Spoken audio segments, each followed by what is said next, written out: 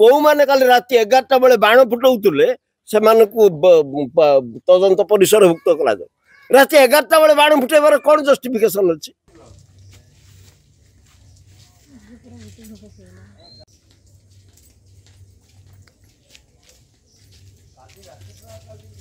साढ़े 11टा बेले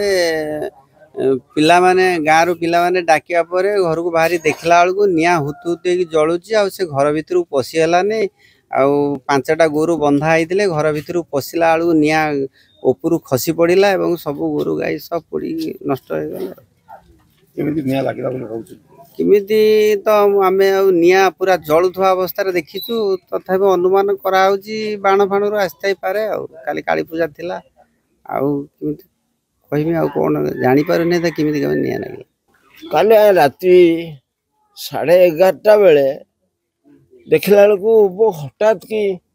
शब्द घो घा शब्द मुठी आसिक देखला बेलू निआ लगी धू धू घर जलुची भितर को पशिबार कौन चारा नहीं उपाय भी नहीं माने आम मोटर पानी पका चलती किंतु निआ प्रकोप जे आ से पाखर ठिया हो काली राति 11टा बेले बाण फुटे ये सब लोकसान करा काली बाण ये प्रकार सब क्षति होती ये प्रकार अमानुषिकता को यथाशीघ्र बंद करा जाऊ एवं कौ मैंने काली राति 11टा बेले बाण फुटाउले से तदंत परिसर भुक्त करा